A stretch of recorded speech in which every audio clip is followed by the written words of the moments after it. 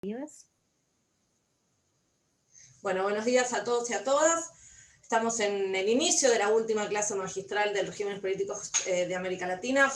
En esta oportunidad tenemos el placer, el honor, el gusto de contar con Ana Polak. Ella es politóloga argentina, hace un par de años no reside en la Argentina, vive en Colombia.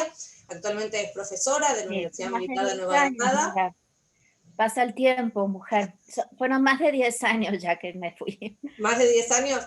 Así que de mi parte, Ana, simplemente darte las gracias por venir a conversar con los estudiantes de la carrera de Ciencia Política, y yo a partir de ahora me llamo al silencio. No te preocupes, la idea es que conversemos de todas maneras.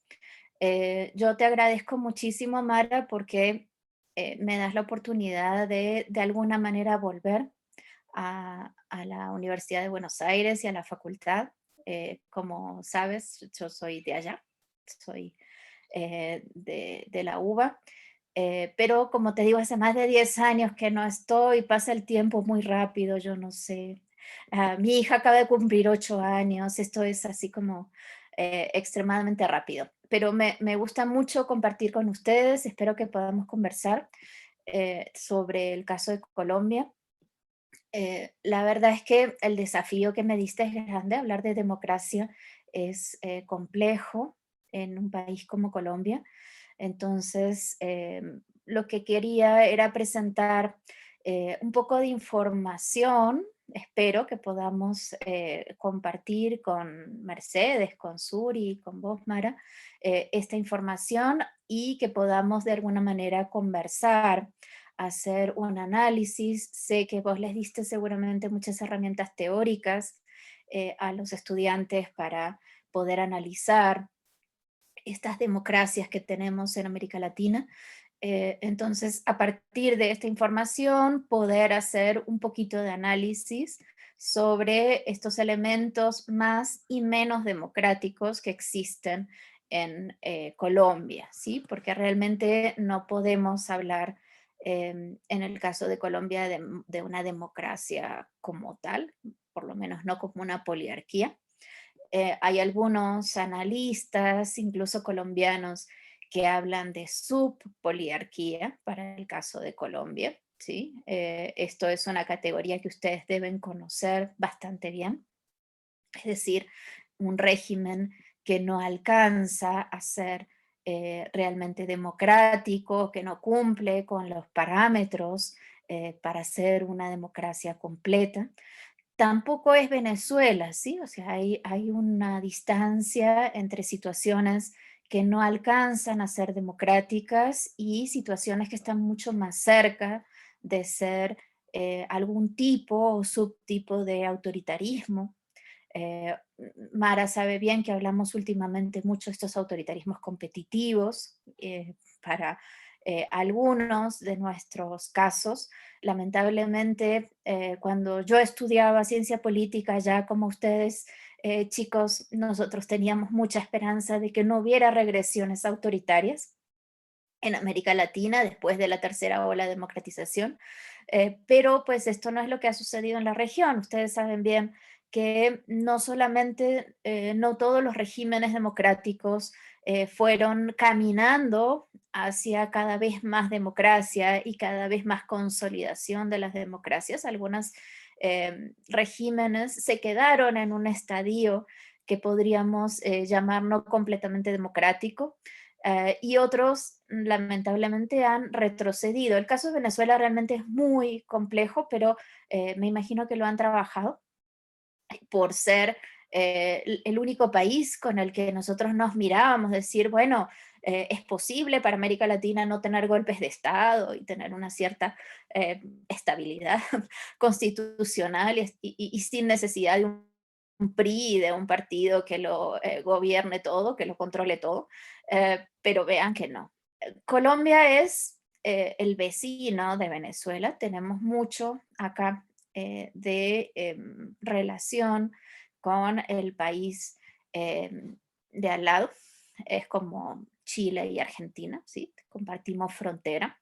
Entonces, algunas problemáticas que existen en Colombia se exportan a Venezuela y viceversa, ¿sí? Entonces, se van a dar cuenta que algunas de las cuestiones que les voy a presentar ahora tienen alguna relación también con lo que sucede en el país vecino.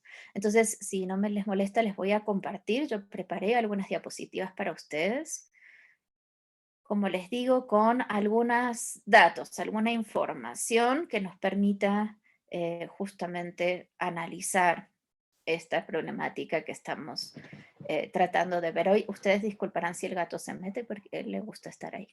Bueno, entonces, el desafío que me dio Mara es la democracia en Colombia. Esto, como les digo, no es fácil porque realmente no estamos aquí en un régimen que podría llamarse completamente democrático. No sé si alguno conocerá Colombia, pero si vienen, se van a dar cuenta que hay muchas cuestiones incluso de la vida cotidiana que viniendo de Argentina nos pueden tocar un poco, ¿sí?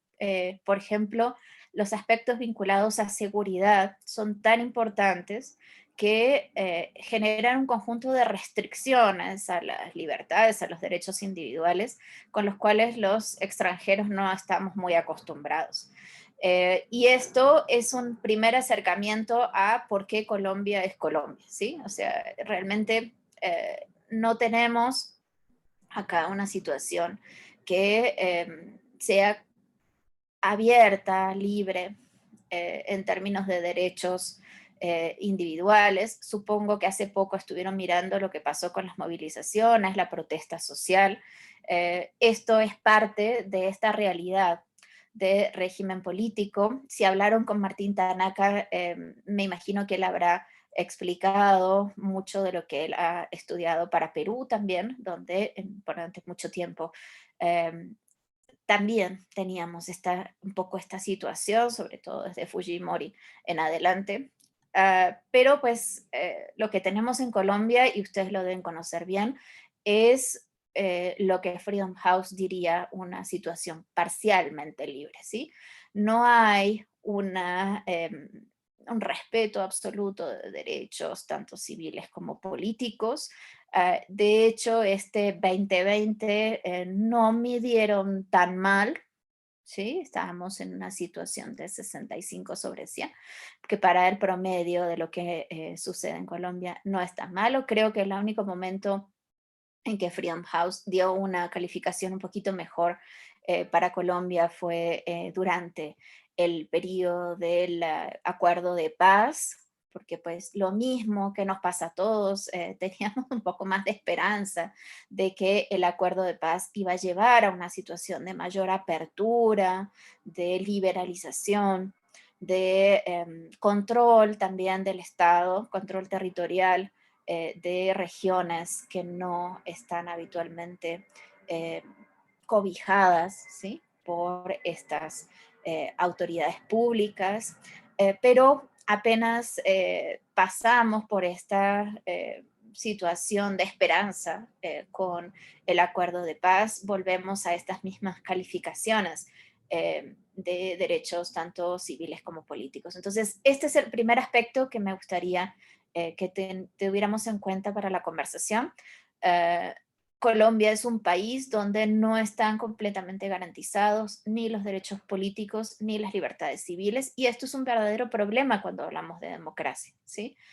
Me imagino que ustedes en todo lo que han estudiado habrán visto que no importa qué definición, o al menos que estemos en una definición muy mínima, muy procedimental de democracia, sin importar desde qué aspecto o enfoque teórico analicemos la democracia, la garantía de libertades políticas y civiles son un requisito fundamental para toda democracia, ¿sí? Incluso los enfoques más procedimentales, diría que necesitamos al menos de las libertades políticas, ¿sí? Si ustedes tomaran, no sé, Downs, estoy hablando de historia patria, me imagino, para ustedes, chicas, pero necesitamos, ¿sí? Necesitamos realmente de una garantía de estas libertades mínimas políticas para la totalidad de los ciudadanos. Porque como sucede en muchas partes de América Latina, una realidad es los centros urbanos, las grandes ciudades, y otra muy distinta es en las zonas rurales, en las pequeñas ciudades, en las zonas periféricas.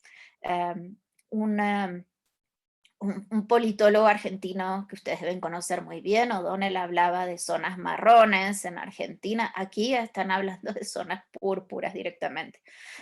Lo que tenemos son regiones del país que están absolutamente tomadas por el conflicto armado, por actores armados ilegales, tanto guerrillas como otros actores armados, que son cada vez menos políticos, ¿sí? Y esto, pues claramente no permite que el Estado garantice derechos políticos en estas regiones. Entonces, una cosa, como les digo, es grandes ciudades donde se ha avanzado mucho en digamos, esta democratización, pero también tenemos regiones del país aquí en Colombia que están totalmente fuera de esta realidad. Es una realidad muy distinta. Son regiones donde como investigadores ni siquiera podemos ingresar para hacer las observaciones.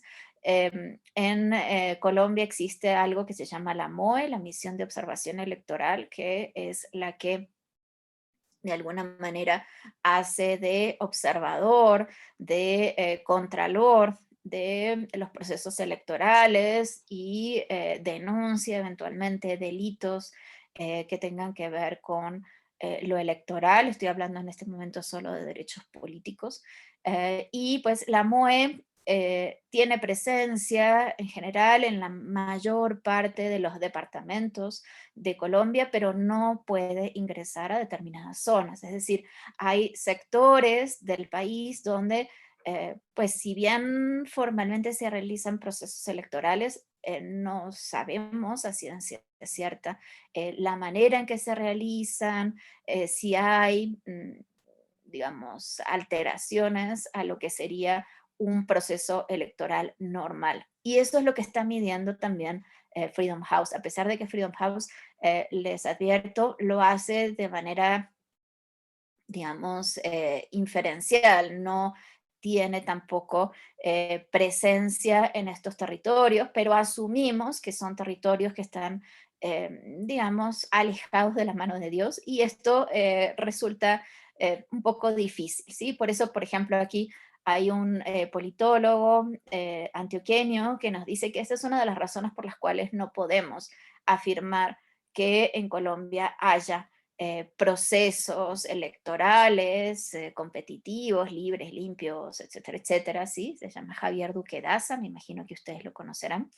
Um, y de hecho, este señor ha sufrido algunas, digamos, situaciones de violencia también personalmente. Respecto de libertades civiles, pues tampoco. ¿Sí? Si decimos que no podemos ni siquiera asegurar unas condiciones poliárquicas de garantía a derechos políticos, bueno, también tenemos algunos problemas aquí en Colombia en relación con libertades civiles. Y esa es la razón por la cual les digo, en esta medición internacional.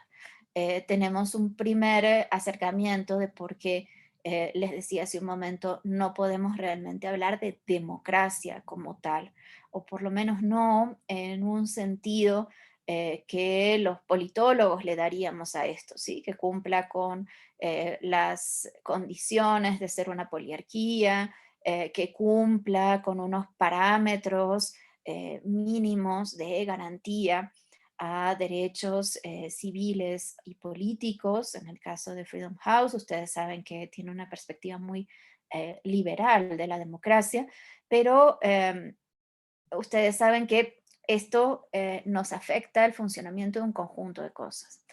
¿Por qué les digo que esto no es Venezuela? Porque de todas maneras lo que sí hay aquí es una, digamos, una cierta variedad de fuentes de información, variedad de oferta electoral, una conformación relativamente libre de partidos nuevos, de candidaturas nuevas, incluso la Constitución del 91 en Colombia, que es el momento que aquí se llama transición a la democracia. Da un conjunto de nuevas características de apertura o liberalización del espacio político. Antes de la Constitución del 91, me imagino que ustedes saben, lo que tuvieron en Colombia es Frente Nacional, es decir, un acuerdo bipartidista de cerrar el juego político a el Partido Conservador y Partido Liberal. La Constitución del 91 abre ese juego político y posibilita un conjunto de nuevos partidos, de nuevas alternativas electorales, digamos, reglas de juego, instituciones formales que abren mucho el juego político. Incluso la Constitución del 91 habla de un no monopolio partidario de las candidaturas. Los candidatos independientes, digamos, pueden presentarse por fuera de los partidos políticos para cualquier cargo público, simplemente juntando firmas, ¿sí? La figura que se estipula es algo que se llama movimiento significativo de ciudadanos, a partir de juntar una cantidad, de hecho, bastante poca en relación con otros sistemas electorales de firmas. Es posible, ¿sí?, presentar candidaturas por fuera de los partidos políticos. Es decir, hay una cierta apertura que sí existe a partir del 91 y que de alguna manera significa una democratización, ¿sí? Con todos los resguardos que les estoy mencionando antes, pero sí significa una cierta democratización del régimen político. Ah, de hecho, es una democratización tan grande que lo que va a llevar la Constitución del 91 es a una excesiva fragmentación del sistema de partidos y van a hacer falta varias reformas políticas posteriores, ¿sí? La primera importante es 2003, para tratar de alguna manera reordenar esta situación partidaria, ¿sí? Para el país, ¿sí? Por ejemplo, reformas como ley de bancadas, ¿sí? O sea, se había hecho un bordel, un desorden muy grande, una amplia fragmentación. Hoy día todavía tenemos una amplia fragmentación del sistema de partidos. Me imagino que ustedes saben que esto significa dificultades también para el presidente en su relación con el Congreso. Entonces, lo que tenemos es el presidente que sea, ¿de acuerdo? Porque pues en este momento tenemos uno de los peores de la historia, pero más allá de eso, ¿sí?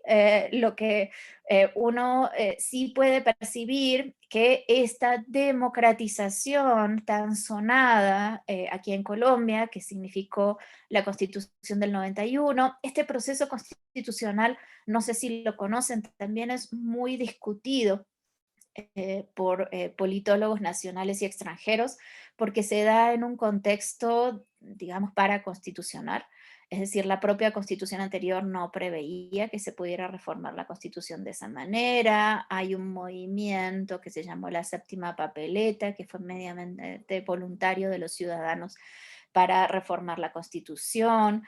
Eh, pero una vez que este movimiento ciudadanos, digamos, de alguna manera abre la posibilidad de asamblea constituyente en el 91, el presidente de turno decide cerrar el Congreso. Esto también es parecido a Perú, una especie de golpe de Estado. Y esta constituyente se da en ese contexto. Entonces, es muy ambigua esa constitución, pero sí es cierto que brinda unas ciertas herramientas, un contexto legal para una cierta transición con todas sus deficiencias y con todas sus, eh, digamos, limitaciones de este régimen colombiano. ¿De acuerdo? Entonces, este es de un poco el punto de partida, me parece que necesario. No sé cuánto ustedes habrán visto o si esto ya lo habían estudiado hasta el momento en el curso, pero digamos, es la necesaria introducción, digamos, a lo que es esta democracia colombiana. Ustedes pueden ver aquí que estos son estadísticas oficiales, ¿sí? Voy a mostrarles solamente estadísticas oficiales. Por supuesto, todos sabemos que las estadísticas oficiales no siempre corresponden a la posición más crítica respecto a las instituciones del Estado. Lo que ven aquí es la confianza en la democracia que tienen los ciudadanos colombianos, y esto es lo que sería una dimensión evaluativa, ¿sí? ¿Qué consideran los colombianos? Si tienen un régimen muy democrático, medianamente democrático o no democrático, ¿sí? Como ustedes pueden ver, apenas la mitad de la población considera que el país es medianamente democrático. Tenemos un 29% de personas que creen que sí es una democracia, aunque si yo les mostrara la medición completa se darían cuenta por qué. Hay, digamos, un 15% de personas que responden, esta es de 2017, es la medición de 2017. 2019 es una medición un poquito rara, por lo que se dio en contexto que ustedes conocen, ¿sí? Y les decía, si les mostrara completo se darían cuenta por qué, porque básicamente algo que lamentablemente es parte de esta cultura política colombiana es que no hay una verdadera experiencia de qué es democracia, ¿sí? Entonces, cuando se les pregunta a los ciudadanos, pues bueno, bien, entonces, ¿qué es una democracia? ¿Sí? O sea, ¿con qué lo asocia? Lo asocia con respeto a derechos políticos, a confianza de los ciudadanos en sus gobiernos, en sus instituciones políticas, lo asocia con libertades civiles, pues los ciudadanos en general están bastante perdidos, ¿sí? No hay una real eh, conocimiento de que la democracia debería ser determinadas cosas, ¿sí? De hecho, si ustedes escucharan la radio, incluso aquí las radios que hacen análisis políticos, es increíble, ¿sí? De hecho, Mara, te voy a pasar alguna de las conversaciones porque me parece extremadamente interesante ver que periodistas que supuestamente hacen análisis político no tengan conciencia, por ejemplo, de que en democracia es necesaria la división de poderes y que pues que hay un poder ejecutivo y poder legislativo, cada quien tiene sus funciones y digamos parte de estas funciones es controlar al otro poder. Esto no está claro, ¿sí? Entonces, si uno escucha este tipo em, de apreciaciones acerca de la democracia en Colombia, nos vamos a encontrar con muchas sorpresas.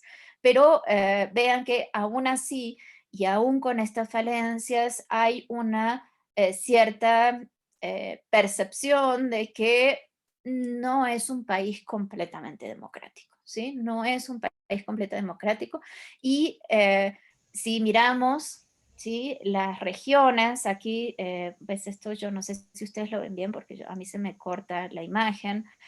Aquí está digamos, discriminado entre Bogotá, que es la capital, con las regiones de Caribe, Oriental, ¿sí?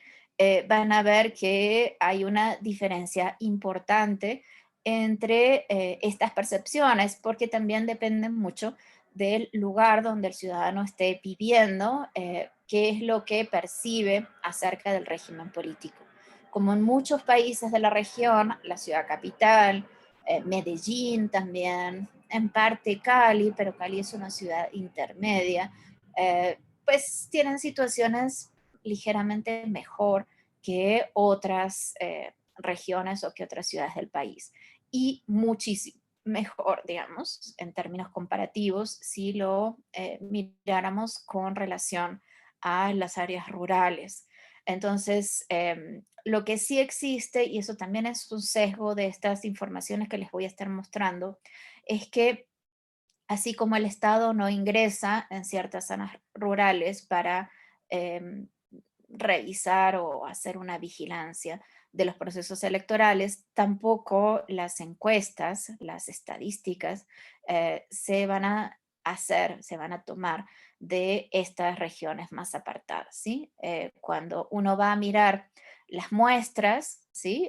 Las formas en que se seleccionaron las muestras del DANE, del Departamento de Estadística, digamos, nacional, pues tampoco, digamos, se incorporan muestras rurales.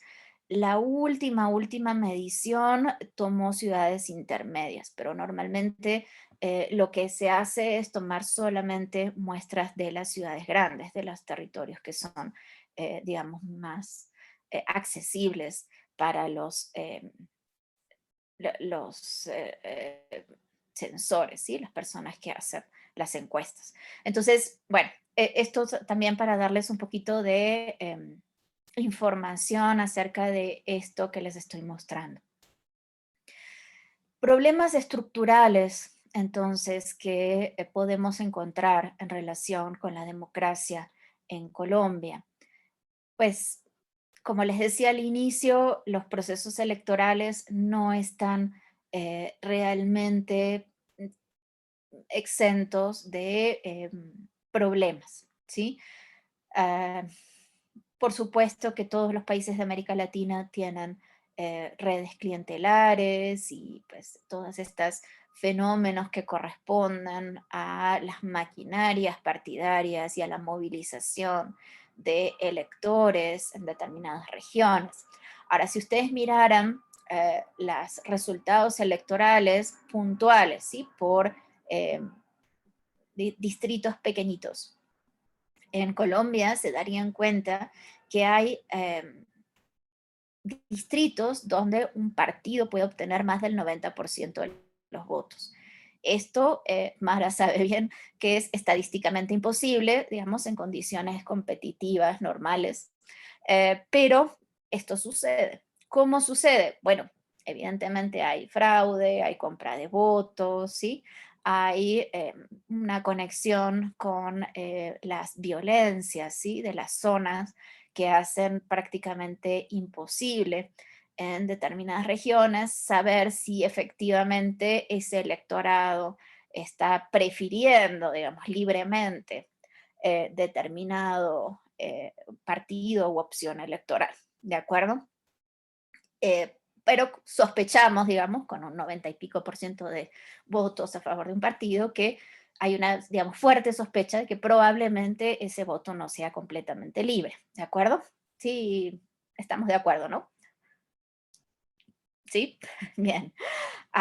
Entonces, aquí hubo, de hecho, utilización, es algo que se discute muchísimo, si el crimen organizado, los paramilitares, las guerrillas, digamos que de alguna manera interfieren con el juego político democrático, o son los civiles, los partidos políticos, los líderes regionales o nacionales, los que de alguna manera utilizan a estos, utilizan entre comillas, ¿sí? Siempre es un tema de intercambios, pero utilizan a estos actores armados para fines políticos, ¿sí? Para obtener votos en zonas que están controladas por alguno de estos actores. Me imagino que es algo que ya han discutido para otros casos, porque no todos los países de América Latina tienen este nivel de violencia organizada que tiene Colombia, pero sí existen otros actores en otros contextos que pueden eventualmente ser utilizados por los candidatos, los partidos políticos, para movilizar electores, para presionar a favor de determinada opción electoral y demás, ¿sí? Esto fue parte de lo que se llamó el fenómeno también aquí de parapolítica. En el momento de, digamos, de más auge de los grupos paramilitares, hubo una cantidad de miembros del Congreso que tenían una cierta cercanía con estos grupos paramilitares, y lo mismo, ¿sí? Se sospechaba fuertemente que estos grupos paramilitares colaboraban fuertemente en estas victorias electorales, ¿sí? Em, Hay personas que fueron juzgadas por la justicia del país y se encontraron claramente los nexos entre estos grupos paramilitares y estos legisladores o gobernadores o alcaldes que habían sido elegidos de esta manera, y hay otras personas que no, ¿sí? Que la justicia no encontró, a pesar de que pudieran tener claramente, ¿sí? Vínculos con estos grupos armados, no falló con las pruebas existentes para, eh, digamos, quitar a estas personas de sus cargos públicos y aplicar algún tipo de sanción. Y esto nos habla de otro problema, de hecho, que es la falta de independencia del Poder Judicial. El Poder Judicial está organizado de una manera que responde a ciertos intereses. Por ejemplo, una figura clave aquí es el fiscal general, y el fiscal general es elegido por el presidente, con lo cual, pues, bueno, se genera un conjunto de problemas a la hora de conocer, digamos, con cierta certeza de todas estas, yo digo, sospechas, así entre comillas, que podemos tener sobre ciertas cuestiones que suceden. Lo mismo con las guerrillas, ¿sí? No solamente los paramilitares pueden colaborar en estos procesos electorales, sino también las guerrillas.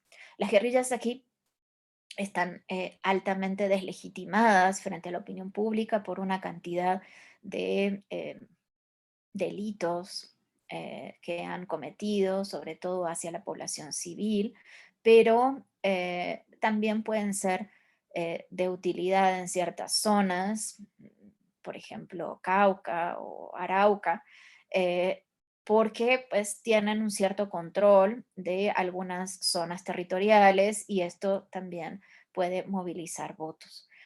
Pero además de las guerrillas, grupos paramilitares, que seguramente son las organizaciones armadas que más conocemos desde afuera de Colombia, existe algo que se llaman BACRIM. Las BACRIM son mafias, básicamente, ¿sí? Son realmente organizaciones armadas que reclutan personal que ya viene formado tanto por guerrillas como paramilitares, pero con otros fines, ¿sí? O sea, con fines, digamos, empresariales, si quieren, relativamente. Podríamos decir que son empresas, el más famoso tal vez fue el Clan del Golfo. Hay un conjunto de, es muy El Padrino, ¿sí? Es una cosa muy siciliana, podríamos decir, ¿sí? Se arman familias que controlan determinadas em, producciones ilegales, no necesariamente vinculados al narcotráfico, porque esa es otra cosa que solemos tener como una idea algo equivocada desde afuera. Hoy día el narcotráfico está mucho más centrado en México que en Colombia, pero hay otras economías ilegales muy rentables. La minería ilegal, por ejemplo, ¿sí? Las minas de oro a cielo abierto que se explotan ilegalmente aquí son algo muy rentable. Lo mismo, ¿sí? Por ejemplo, tráfico de armas hacia Venezuela es algo extremadamente rentable, no tiene que ver con el narcotráfico, sino con la situación del país vecino. Bueno, hay un conjunto de economías ilegales, no necesariamente narcotráfico, aunque puede ser que tengan eh, alguna relación con narcotráfico, algunas de estas bandas, pero no necesariamente narcotráfico, ¿sí? Pero sí son economías ilegales que aprovechan este vacío estatal que existe en muchas regiones del país, que aprovechan este personal calificado, digamos, de la violencia que lleva décadas en el país, reclutan, digamos, mercenarios entre este personal.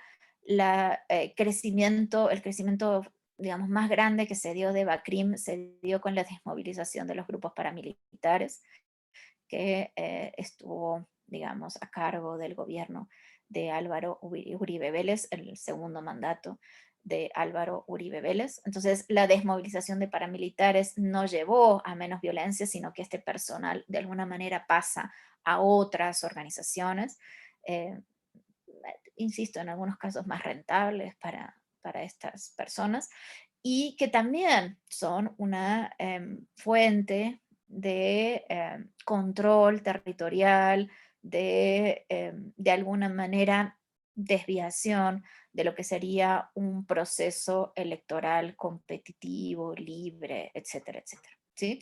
Entonces, como les digo, es complejo, ¿sí? O sea, no es tan fácil. Hace poco me imagino que ustedes vieron un atentado en Cúcuta, vieron en noticias. Esto es territorio del ELN, entonces hay determinados nichos territoriales que corresponden a estas distintas violencias, y esto de alguna manera está relacionado con lo que les decía en un principio, significa una cierta desviación de las condiciones de una poliarquía.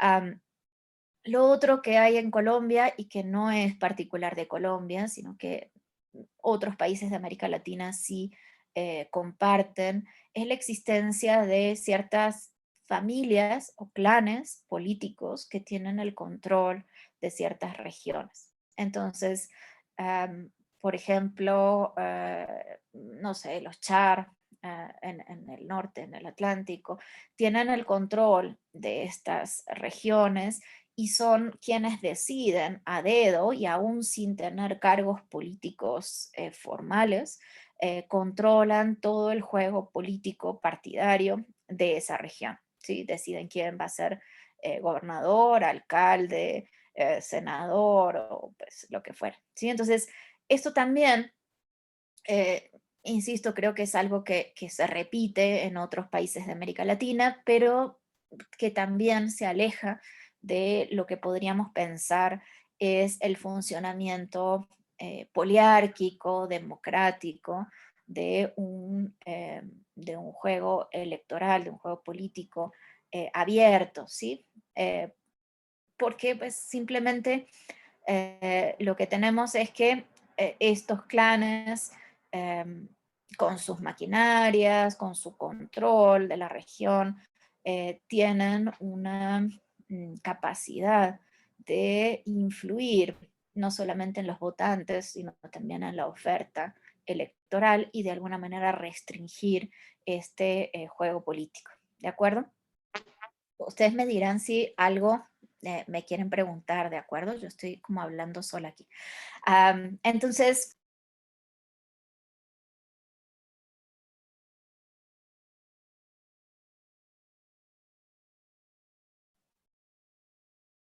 Mara, ¿alguna pregunta?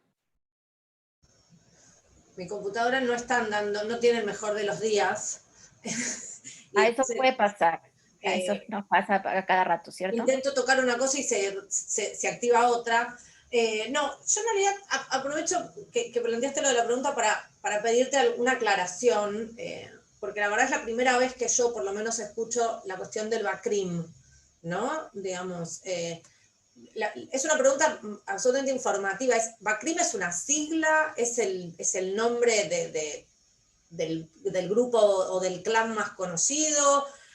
Digamos, y esto tiene un asentamiento, digamos, es más propio de los centros urbanos, se da solo en los centros urbanos, digamos, un poco eso, porque me llamó mucho la atención, y en particular la descripción esta de no está vinculado al narcotráfico, o digamos, el narcotráfico no es el único negocio ilegal vinculado a esta cuestión. Entonces me quedé como medio sorprendida y aproveché que dijiste la pregunta y bueno, y ahí toqué todos los botones y se lío, pero ya te Sí, la pregunto. no te preocupes, al contrario, mejor, me siento un poco hablando sola, así que está genial que me preguntes. Bacrimes, bandas criminales, es el nombre genérico, ¿sí? Como hay tantas, son muchísimas de distintos tamaños, hay microempresas, macroempresas, ¿sí? De este tipo, se les inventó un nombre genérico para hablar en general de todos estos fenómenos, entonces les dicen BACRIM, pero son bandas criminales. Básicamente son grupos armados, como digo, vinculados a economías ilegales, que, bueno, tienen distintos negocios, ¿sí? O sea, son empresas que tienen distintos negocios de acuerdo al territorio, de acuerdo a las características de esa empresa, digamos, en particular, ¿de acuerdo? Pero básicamente es un nombre genérico, no es el nombre específico. Decía, un ejemplo es el Clan del Golfo, pero pues es una de las posibilidades. En algunos casos, los que tienen vinculación con el narcotráfico tienen su red, por supuesto, con México, ¿sí? O sea, hay que decir que esto no es solo nacional, también es internacional. Entonces, bueno, se organizan de distintas maneras y pues de alguna manera están vinculados con el exterior, ¿sí? Con Venezuela, con México, con Ecuador, con redes. Bueno, no soy la más experta tal vez en las redes exactas que tienen cada una de estas bandas criminales. Si te interesa, te puedo conseguir algún especialista, pero esto es muy conocido, ¿sí? No es algo que sea, no sé, underground, ¿sí? Eso es algo que to- eh, todas las noticias, los análisis, ¿sí? Hacen referencia a estas bandas criminales de distinto tipo. Algunas tienen nombre propio, algunas no, ¿sí? Las que son más pequeñas o más nuevas y demás, todavía no se hacen un nombre en el mundo criminal, pero digamos que corresponden a este mismo fenómeno, ¿de acuerdo? Estas también interfieren, les decía, con lo que sería un juego político democrático, porque como se ha demostrado, algunos líderes políticos, familias y demás también las usan, ¿sí? Son eh, como un insumo para movilizar votos a favor de uno u otro candidato, ¿sí? Porque, bueno, lo mismo que las barras bravas de fútbol tal vez, o qué sé yo, otros actores que existen en otros contextos, sí existe una capacidad de imponer determinadas alternativas electorales a través del miedo, no solamente a través de, digamos, pagos, que podría ser lo propio del clientelismo, ¿sí? Pero también en el momento de los conteos de votos, ¿sí? Se sabe aquí, hay un fenómeno aquí que es muy eh, chistoso, que le llaman urnas embarazadas. Las urnas embarazadas es cuando la urna que tiene que llegar al lugar de la votación ya viene con los votos puestos, ¿sí? Entonces, bueno, digamos, depende de que las autoridades de mesa efectivamente denuncien que esa urna ya estaba llena, ¿sí? Pero pues si yo tengo a mano a alguien o alguienes que puedan influir en que esto no se denuncie, bueno, eso es una ventaja para determinado partido político, ¿sí? Entonces, hay muchas situaciones que realmente corresponden tanto a delitos electorales como una restricción en la libertad de los votantes. Por supuesto, esto no sucede en general en las grandes ciudades. Es más probable que suceda en zonas rurales o distritos pequeños. Bueno, obviamente los PEDET son los más sospechosos, digamos, de este tipo de situaciones. Bueno, hay un conjunto de regiones más periféricas, podríamos llamar, que es donde más existen este tipo de situaciones. Ahora, como en muchos países de América Latina, estas regiones son las que están sobre representadas electoralmente, ¿sí? Porque son las que tienen menos población y digamos que hace una diferencia este tipo de prácticas. De hecho, una de las discusiones que se dio en la Cámara de Representantes el año pasado tenía que ver justamente con que el Senado, no sé si lo saben, es el único órgano en Colombia que se elige de manera proporcional realmente, ¿sí? Porque es una circunscripción única, es decir, tiene una lista muy grande, y se elige a nivel nacional.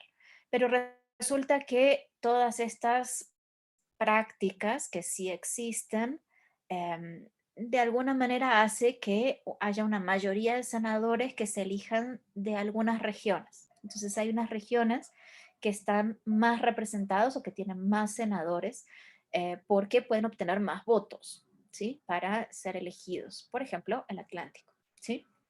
Entonces, la Cámara de Representantes estaba pidiendo que se hicieran distritos, es decir, se dividiera esta circunscripción única para evitar esta sobrerepresentación de algunas regiones o familias o clanes políticos que son capaces de arrastrar, ¿sí? De tirar senadores hacia sus regiones, ¿de acuerdo? La Cámara de Representantes, que es la Cámara Baja, al contrario, sí se elige por distritos plurinominales, que son los departamentos. Pero estos mayoritariamente son distritos muy pequeños, ¿sí? Con poca población. De hecho, casi más de la mitad de los distritos son binominales. Entonces, pues claramente el efecto es muy mayoritario, ¿sí? Entonces, tenemos las dos cosas, ¿no? O sea, uno no sabe muy bien al final si es mejor la proporcionalidad o no, o el distritamiento, pero en cualquier caso, todas estas, digamos, elementos o problemas estructurales los vemos también, por ejemplo, en los resultados que generan a nivel político, ¿sí? No sé si respondí la pregunta o... Sí, perfecto, sí, sí, no, no, la verdad es que sabía la existencia de, digamos, otro tipo de violencia, pero me llamó la atención la denominación de BACRIM, por eso la pregunta. Ana, te hago una pregunta más, un poco para retomar lo que venías diciendo al principio y para dar pie a lo que sigue. Uno te escucha hablar y lee sobre Colombia y la sensación es que Colombia es un buen caso para verificar la relación entre debilidad estatal y debilidad democrática, ¿no? Digamos, en tu juicio de análisis y en tu experiencia viviendo allá, ¿hay algo de esto? Digamos, efectivamente, la debilidad del Estado colombiano, si es que a tu juicio es un Estado débil, incide sobre la debilidad democrática. A ver, ah, el problema ahí, y eso es otra cosa que se ha discutido muchísimo, no sé si saben, pero ha habido momentos en que se habló de Colombia como un estado fallido, ¿sí? Sobre todo, insisto, antes del proceso de paz. Ustedes disculpen, voy a tomar un... Listo. Em, y, por ejemplo, Colombia es el país que tiene mayor aparato de seguridad y defensa de la región. Entonces, los autores que ponen el acento en la capacidad coercitiva del Estado, ¿sí? O sea, esta visión weberiana mínima del Estado, y dicen, ah, no, pero ¿cómo? Si Colombia tiene, ¿sí? El mayor aparato de seguridad posible, con apoyo además externo, porque llega apoyo de Estados Unidos y demás para este aparato de seguridad. Y, eh, digamos, tiene una capacidad que no tienen otros estados de América Latina, ¿sí? Ahora, si pensamos en O'Donnell, si pensamos en esta capacidad territorial, ¿sí?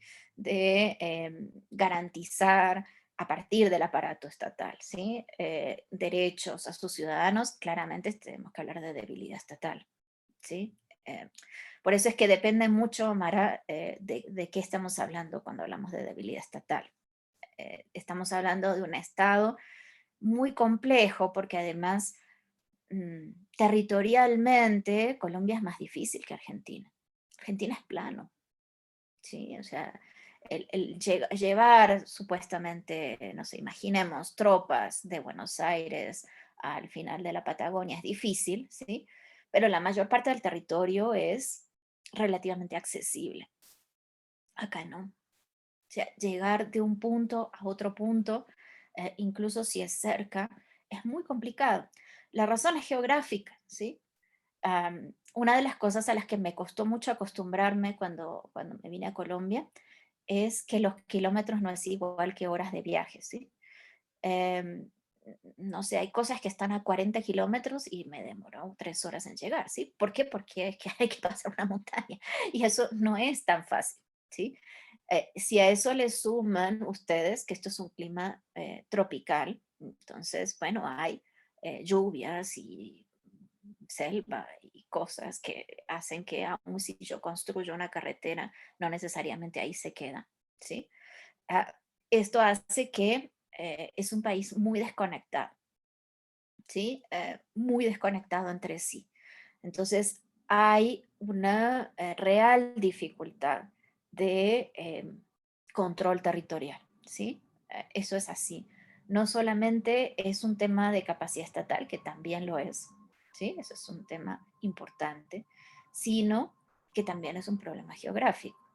Las tres cordilleras famosas que seguramente ustedes habrán leído y todo eso, es real, ¿sí? O sea, incluso si uno quiere simplemente salir de la ciudad para eh, el fin de semana, en Buenos Aires yo era capaz de hacer en el fin de semana fácilmente 350 kilómetros para ir y pasar un día y volver. No lo haría nunca aquí. ¿Por qué? Porque es muy complicado, ¿sí? O sea, realmente los desplazamientos son muy difíciles y las conexiones son sobre todo aéreas. ¿Mm? Esto hace que efectivamente el funcionamiento del Estado sea distinto y que haya regiones muy apartadas, ¿sí? Em, del control o de la capacidad de llegada del Estado. Piensen, en Colombia tiene Amazonas, tiene, como digo, las cordilleras, tiene esta frontera con Venezuela, que de por sí ya es muy compleja, y eso sí es una zona púrpura, sí es una zona muy eh, complicada, si quieren, en términos de seguridad, de todo tipo, ¿sí? Si quieren pensar en seguridad humana, de seguridad ciudadana, de seguridad, de violencia, de muchísimas cosas. Pero digamos que cuando yo pienso en Colombia, tengo que pensar también en lo que es como país.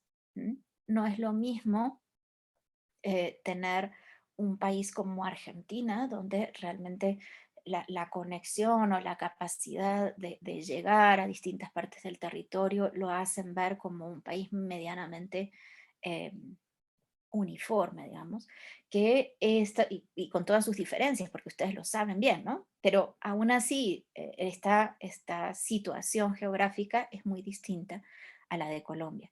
Si a eso le sumamos que es América Latina, no Suiza o algún país, ¿sí? Que podamos pensar que tiene dificultades con sus montañas, pero pues son muy civilizados, que es tropical, ¿sí? Porque eso sí afecta. Yo no lo hubiera pensado estando lejos, pero sí es verdad. El hecho de que llueva y se me caiga la montaña encima de la carretera, pues es un problema, ¿sí? La conectividad rápida entre Bogotá y Medellín y Bogotá y Casanare se cayó la última temporada de invierno. Invierno aquí es cuando llueve, ¿sí? Disculpen. Entonces, todo esto afecta también, lo que no significa que no debamos pensar, y eso es algo que me parece que es importantísimo de trabajar, que no necesariamente capacidad estatal es coacción, ¿sí? Capacidad coercitiva del Estado. Capacidad estatal debería pensarse de una manera muchísimo más multidimensional. No sé si te acuerdas del último trabajo que hizo O'Donnell de las dimensiones del Estado. Pues efectivamente, este es un buen ejemplo de cómo pues deberíamos empezar a mirar otras dimensiones del Estado. Eh, Capacidad se usa también aquí para otras cosas que no tienen que ver necesariamente con régimen político, ¿sí? La capacidad que puedan tener las distintas partes del Estado, agencias, para implementar determinadas políticas, por ejemplo, ¿sí? Eh, Siendo el país que es, Colombia ha sufrido también un proceso importante de descentralización.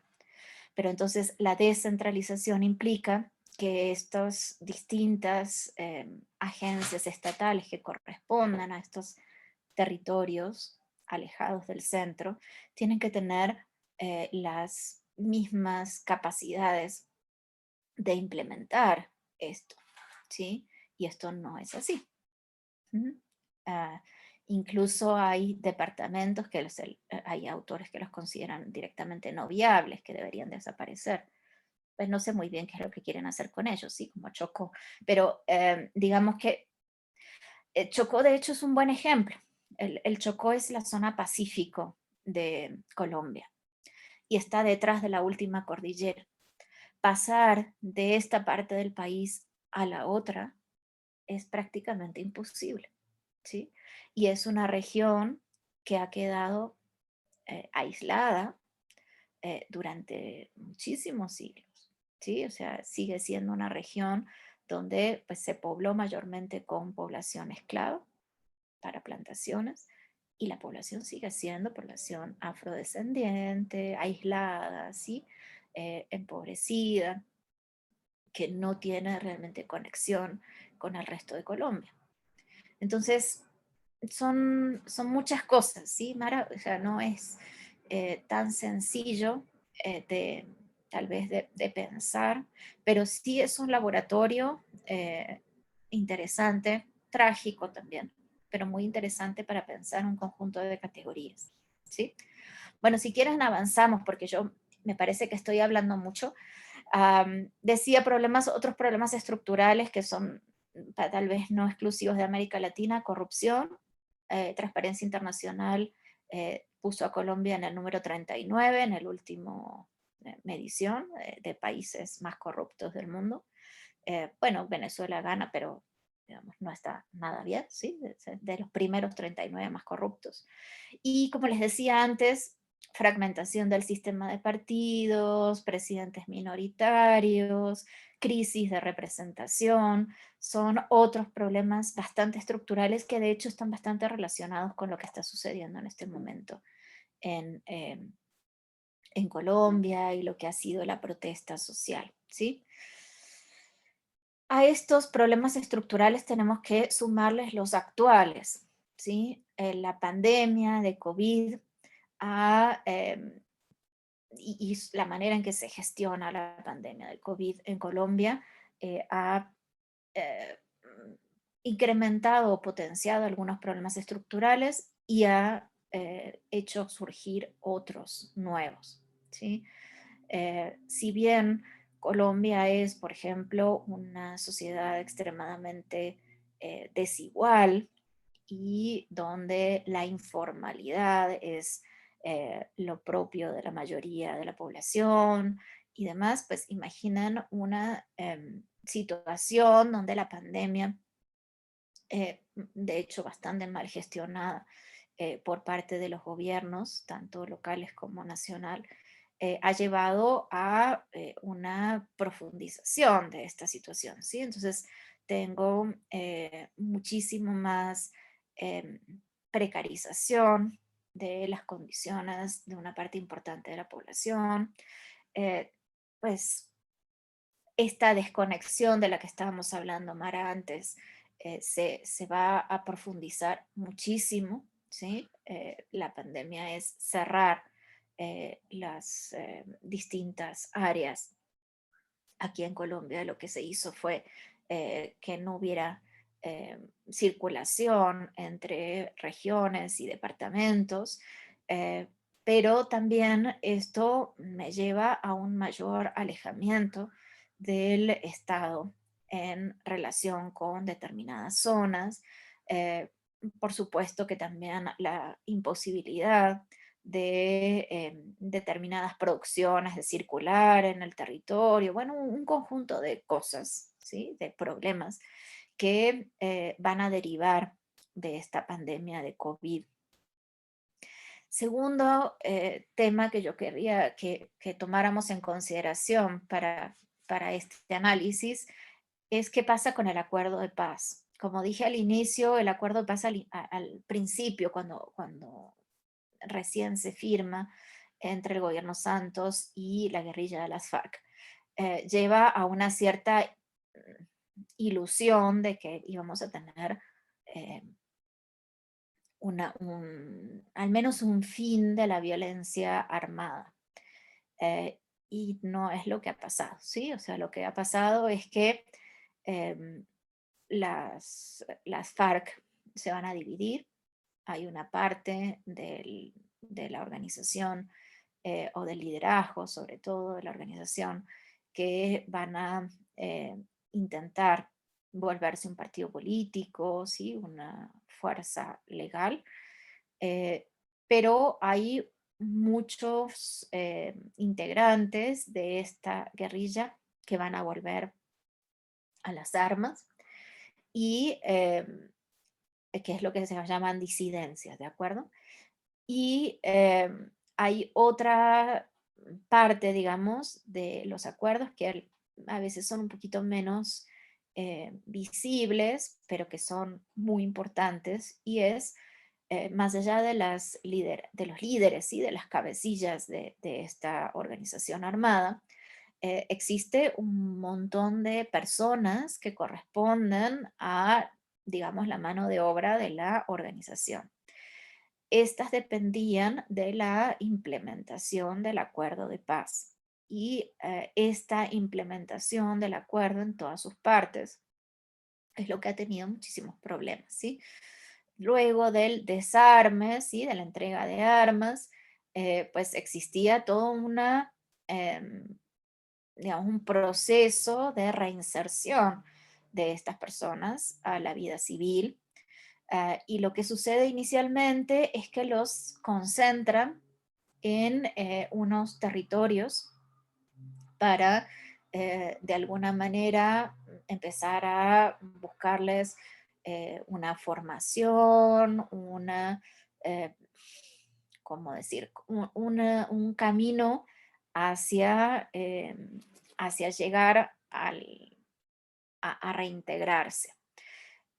Esto pues, se trunca con el cambio presidencial, ¿sí? Cuando gana Centro Democrático, que es el partido que crea Uribe después de que el partido de la U lo abandona, digamos, que no es centro y no es democrático, ¿sí? Es un partido de extrema derecha, liderado por Álvaro Uribe, pues básicamente es un partido que fue favorable al no en el plebiscito por el acuerdo de paz.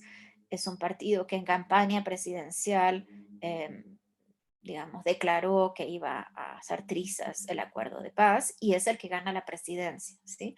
Entonces, lo que va a pasar es que hay un frenazo en la implementación del acuerdo de paz, en la inversión pública para la implementación del acuerdo de paz, y esto también, ¿sí? Significa un conjunto de problemas derivados.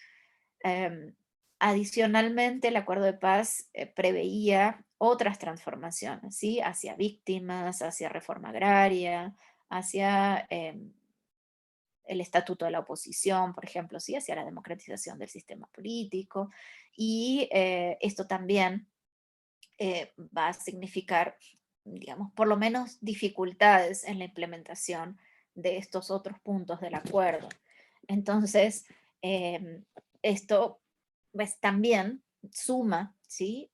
A estas dificultades, a estos problemas que se pueden presentar en la actualidad con relación al régimen, ¿sí?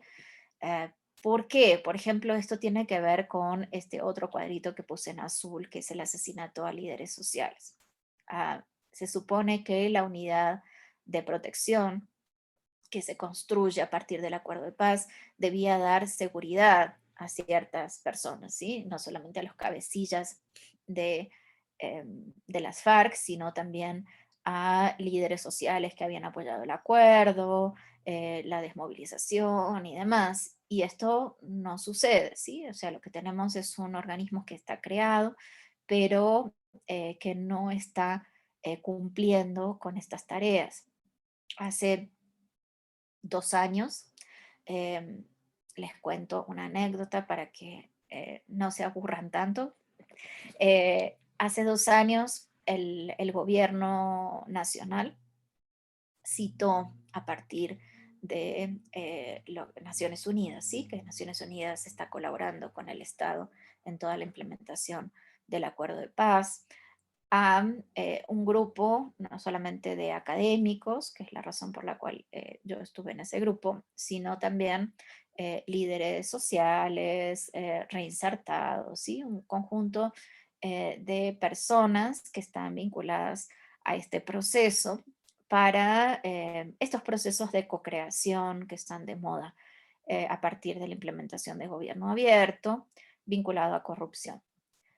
Cuando llegamos a esa reunión, principalmente quienes son líderes sociales, miembros de la UP, miembros de grupos indígenas y demás, eh, pues llegaron a la reunión no para participar de este proceso amistoso de co-creación de una política anticorrupción, sino principalmente a reclamar al presidente y a los miembros del gobierno seguridad, ¿sí? O sea, pues nada, simplemente el hecho de ser líderes en sus comunidades o ser indígenas, etcétera, etcétera, en ese momento, y eso fue antes de la pandemia, eh, no tenían garantizado, por supuesto, tampoco su ejercicio así como líderes, pero ni siquiera la seguridad personal. Entonces, ellos principalmente plantearon, bueno, ¿cómo vamos a venir aquí a hablar de que sí hay problemas que nos afectan a todos como país si pues estamos en una situación extremadamente precaria de inseguridad, donde estamos arriesgando el pellejo, digamos, por nuestras comunidades, por estas eh, causas en las que creemos, pero donde pues, el Estado debe garantizar mínimamente el derecho a la vida y a la seguridad de estas personas.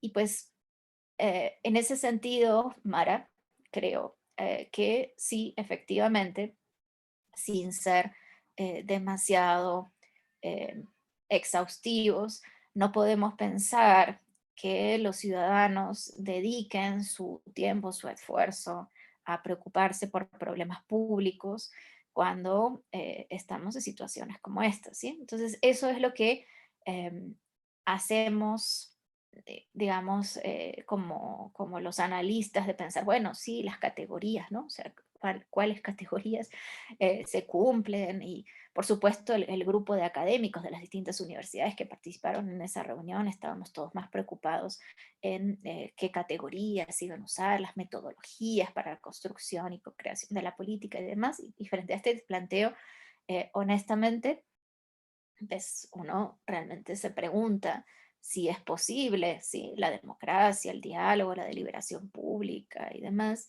en este tipo de contextos, ¿sí? Y no es que sea pesimista, ¿de acuerdo? Pero pues realmente Colombia es muy difícil en ese sentido, ¿sí? Es un desafío pensar si existe esta posibilidad de implementar mecanismos propiamente democráticos y mucho más mecanismos participativos, porque cuando hay mecanismos participativos es cuando se hace más evidente quiénes están en estos grupos de participación y es cuando es mucho más riesgoso, ¿sí? Para las personas que participan, el participar como eh, representantes de cualquier tipo de identidad social, ¿sí? No sé si la anécdota ameniza la mañana o los estoy deprimiendo, pero principalmente es esta reflexión, ¿sí? O sea, es una democracia, pues formalmente tiene muchos elementos de democracia, ¿sí? pero hay condiciones reales, empíricas, que hacen dudar, ¿sí?, acerca de las posibilidades de la utilización de estos espacios institucionalizados por parte de los ciudadanos, ¿sí?, que es lo que Deprimirnos decía. o no más de lo que uno o una ya está en relación a la cuestión democrática, ¿no? Digamos, así que en ese sentido no te sientas mal.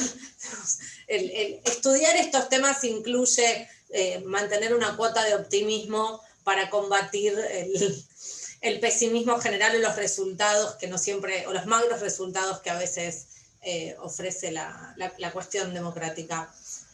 Ana, te hago una pregunta que tiene que ver más con la naturaleza de la sociedad colombiana, ¿no? Digamos, una de las cosas que va quedando en evidencia en las diferentes clases magistrales que hemos venido teniendo, que en general yo intento de que cuando vamos a estudiar un caso en profundidad, la clase la dé a alguien que vive en esa sociedad, aunque no necesariamente sea nativo, ¿no? Digamos, pero un poco porque sería ilógico pensar que por más investigador o analista que una sea, no se siente, digamos, atravesada por la realidad cuando ejerce su vida cotidiana y sale del rol de profesora o de analista.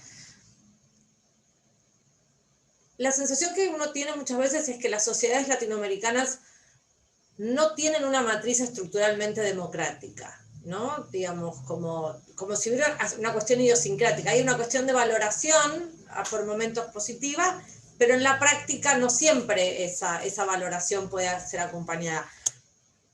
¿Qué pasa en la sociedad colombiana, digamos, y sobre todo teniendo en cuenta la historia colombiana en términos de violencia como modo, como forma para la política, ¿no? Digamos, la FARC no es el primer episodio de violencia política colombiano.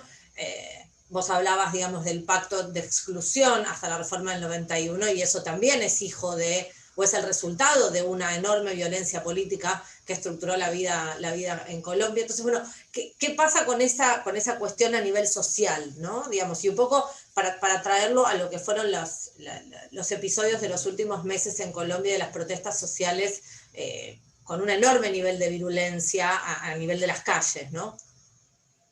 Sí, de hecho, Mara, eh, cada vez más yo me he ido volcando a estudiar cultura política acá, porque efectivamente lo que veo es que está absolutamente interiorizada, ¿sí?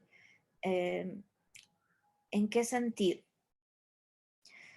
Como bien te estás diciendo, hay una larga, larga, larga historia de violencia, ¿sí? Si uno mira historia, vos sabés que mi Ana, segunda perdona, pasión pero es la yo te historia, ¿no? escucho muy bajito, no sé el resto de los Ah, estudios. no sé, debe ser el micrófono. ¿Ahí me escuchan? Ahora sí. Ok. Decía que hay una historia muy, muy, muy, muy larga de violencia. Me imagino que vos sabés que mi segunda pasión es la historia.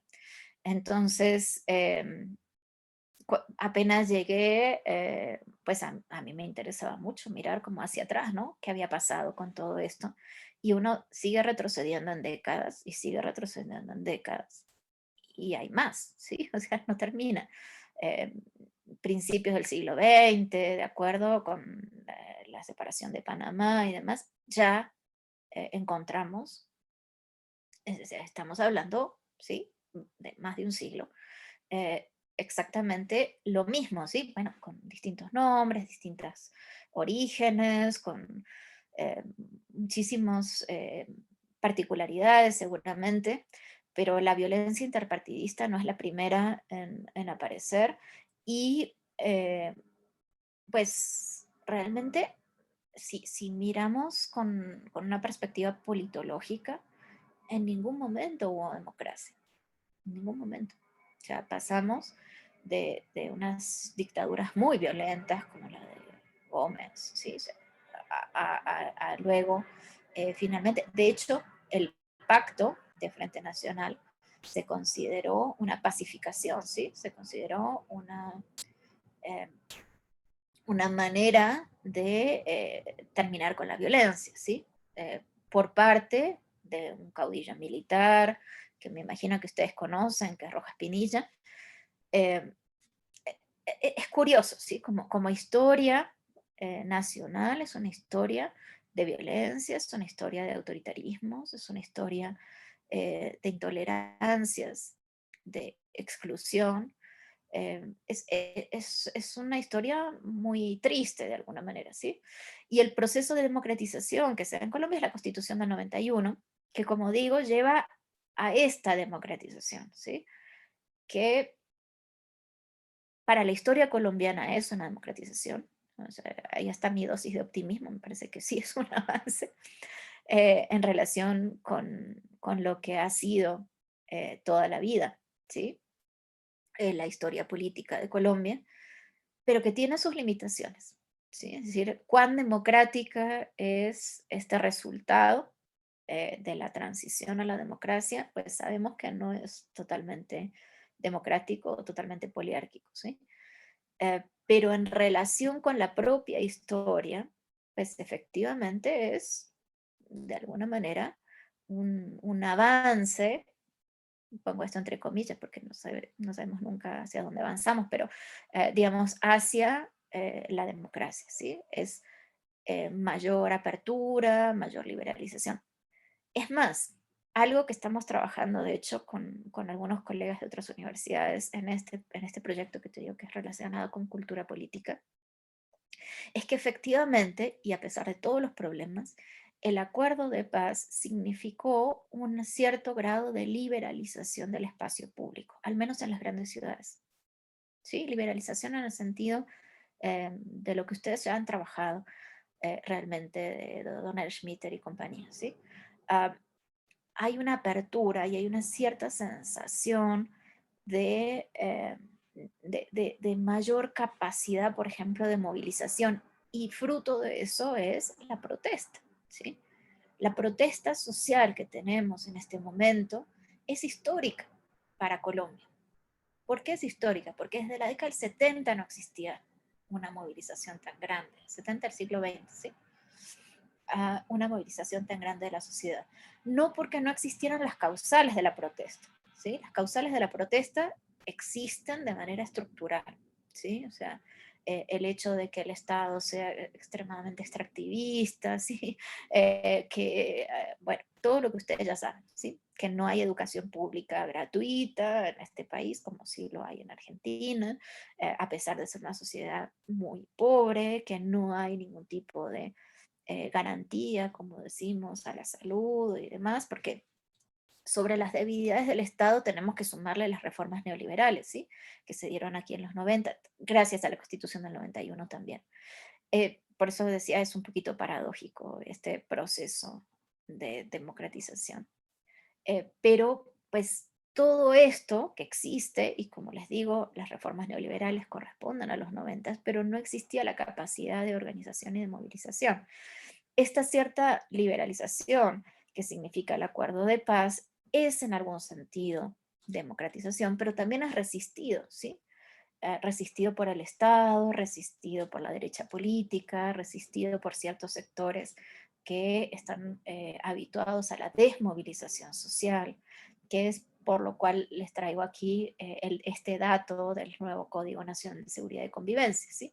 Donde pues no solamente le doy todavía más funciones en seguridad interna al sector militar, sino que existe la posibilidad de que los ejecutivos nacional y subnacional puedan hacer uso de esta asistencia militar para desmovilizar justamente a la sociedad, ¿sí?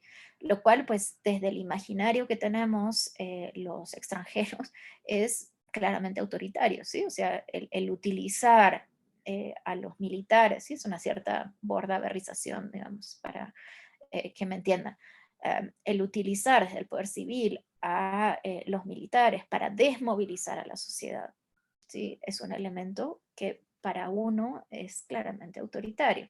Sin embargo, esto surge como reacción justamente a una cierta liberalización del espacio público que se abre con este acuerdo de paz, ¿sí? ¿Por qué se abre con el acuerdo de paz?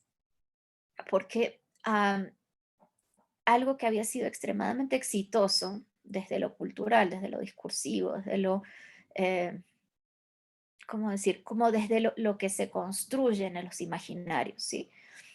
Por parte del uribismo, era asociar cualquier tipo de protesta social, ¿sí? Incluso huelgas, a FARC. Si yo protestaba, entonces era favorable a las FARC, ¿sí?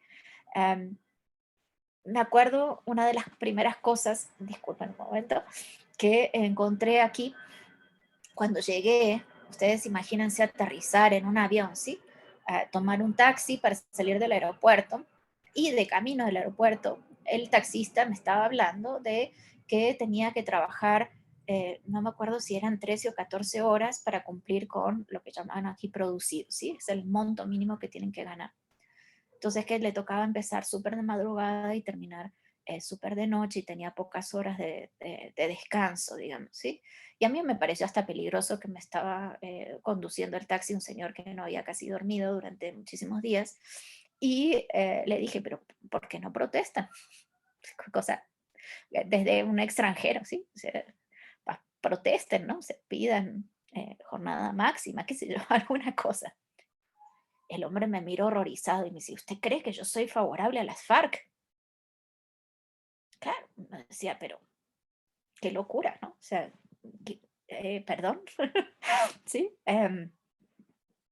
Bueno, am, eso se había implantado muy, muy em, eficientemente, ¿sí? Entonces, protestar, de por sí la protesta es ilegal, ¿sí? O sea, protesta espontánea es ilegal en este país. Solamente usted puede hacer huelga o protestar si está autorizado por el Estado, y tiene que pedirlo con 15 días de anticipación al Ministerio del Interior, etcétera, etcétera, ¿sí? Pero, pues, además de esto, efectivamente, el acuerdo de paz con las FARC rompe este imaginario, porque las FARC ya no son ese fantasma, ¿sí? Entonces, esto me permite tener reivindicaciones sectoriales, sociales. eh, no sé si ustedes llegó hasta Argentina eh, una huelga muy importante que hubo de trabajadores del sector de aviación antes de la pandemia, por ejemplo. Esto fue posible también gracias al acuerdo con las FARC. ¿Por qué? Porque era huelga. ¿Sí? Era huelga, tenía que ver con condiciones de trabajadores y demás, pero ya no estaba esta posibilidad de que la huelga fuera asociada a ser favorable a la guerrilla, ¿sí? Era una reivindicación sectorial puntual. Estos fenómenos empiezan a pasar a partir del acuerdo de paz, y de esto forma parte también la protesta, ¿sí? Eh, es decir, esta capacidad de hacer huelga o de protestar, que seguramente en Argentina lo damos por sentado, ¿sí? Desde el proceso de democratización creemos que, pues, incluso protesta espontánea, ¿no? O sea, no, aumentaron el boleto del tren, entonces todos protestamos, y, ¿sí? Esto que parece normal, pues no era normal en Colombia, ¿sí? A partir del acuerdo de paz, esto empieza a pasar. Y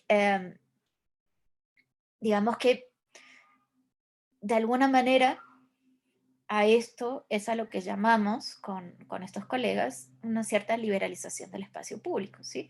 Hay una mayor capacidad, por supuesto que siguen estando estas reglas institucionales, ¿sí? De que tengo que pedir permiso, que tengo que decir en qué calle específicamente voy a protestar, y tengo que tener la vigilancia de la persona, de la policía, de la fiscalía y de no sé qué, ¿sí? Porque esto no es así nomás, ¿no? O sea, tiene que ser con unos ciertos parámetros para que me den la autorización de protestar. Pero estos parámetros institucionales es, es exactamente lo que se está desbordando en este momento, ¿sí? Porque, por ejemplo, los bloqueos a las rutas no fueron autorizados por el Estado y por lo tanto son ilegales. Y es donde empieza a actuar este nuevo código de seguridad, donde los militares tienen la eh, capacidad de desmovilizar a todas estas protestas que son ilegales. El ministro de Seguridad tuvo la genial idea en días pasados de decir que el Estado debía construir unos protestódromos, donde la sociedad pudiera protestar sin molestar a nadie, ¿sí? Sin cortar calles, sin estar en ningún lugar público, digamos, que nadie los viera, ¿sí? Allá guardaditos para que protestaran en silencio, digamos. Eh, Esto es parte, ¿sí? Como les digo, de esta cultura, de esta realidad, y pues genera reacciones, ¿no? O sea, tanto tiempo de desmovilización, tanto tiempo de, de que lo más importante fuera la seguridad y no la libertad, genera que haya pues reacciones eh, a veces muy fuertes, ¿sí? A esta movilización. Hubo un lema, de hecho, que me pareció extremadamente interesante en términos culturales, eh, que tuvieran sobre todo los indígenas en el Cauca, que era: nos quitaron el pan, nos quitaron, nos quitaron tanto que nos quitaron hasta el miedo. Ah, Fue el lema de la movilización. Ustedes vieron en Cali, ¿sí? La parte de Cauca, que esa parte es fuertemente indígena, ¿sí? Cali es la ciudad grande, pero esa región es una región fuertemente indígena. Eh, es curioso, pero en el sentido de interesante, ¿sí? Pero también es trágico, ¿no? O sea, un contexto cultural que, como decía al inicio, no es el más adecuado. Ya recuerdo en la carrera estudiábamos Almon y Verba y todo esto, pero pues realmente he vuelto a leer a esos clásicos, he vuelto a leer a toda esta gente, justamente porque me parece que allí hay un elemento de explicación muy importante de, de esto que está sucediendo en Colombia. De hecho, pues es parte de lo que les iba a mostrar, por eso les pedí disculpas por anticipado, porque pues es un poquito amarillista, digamos, la información relacionada con violencia. Aquí está la información 2021 de violencia armada. Entonces tenemos confrontaciones armadas, ejército y grupos armados, víctimas de masacres, homicidios de líderes sociales y ex-FARC, ¿sí? Disidencias. Entonces, si ustedes ven, lo que tenemos es como información que a primera vista parece algo contradictoria, ¿sí? ¿Por qué? Porque lo que vamos a tener es que, por ejemplo, en la pandemia caen los enfrentamientos entre fuerza pública y grupos armados, que podría hacernos pensar a primera vista que disminuye la violencia, ¿sí? Que hay ah, menos ataques o menos movilización de actores armados en contra del Estado. Sin embargo, aumentan las masacres y los asesinatos. Entonces, ¿qué está pasando? ¿Sí? O sea, ¿qué es lo que sucede? De hecho, pues en el primer momento de pandemia, afortunadamente, digamos, para muchas personas, estas restricciones de movilidad y el mismo miedo al virus disminuyen la violencia. Pero apenas, digamos, se retira un poco la fuerza pública y, digamos, cambian las dinámicas sociales, pues esto va a volver a aumentar. Si miramos, por ejemplo, nada más que asesinatos de líderes sociales, esto es, sí, sí se dan cuenta, 2020, 2021, aquí, es que yo no sé si les puedo señalar. Ah, y podríamos hacer esta correlación con los distintos momentos de la pandemia, ¿sí? Cuando hay más cierre de actividades y, digamos, restricciones a la movilidad, y lo que va a pasar luego con la reapertura y la reactivación de la sociedad. Lo que vamos a tener es que hay un descenso y luego, pues nuevamente un aumento en en este tipo de violencias, ¿sí? Ven, aquí está el inicio de la cuarentena de COVID, que muestra claramente el descenso, ¿sí? De estos hechos de violencia, en gran parte por la misma cuarentena, ¿sí?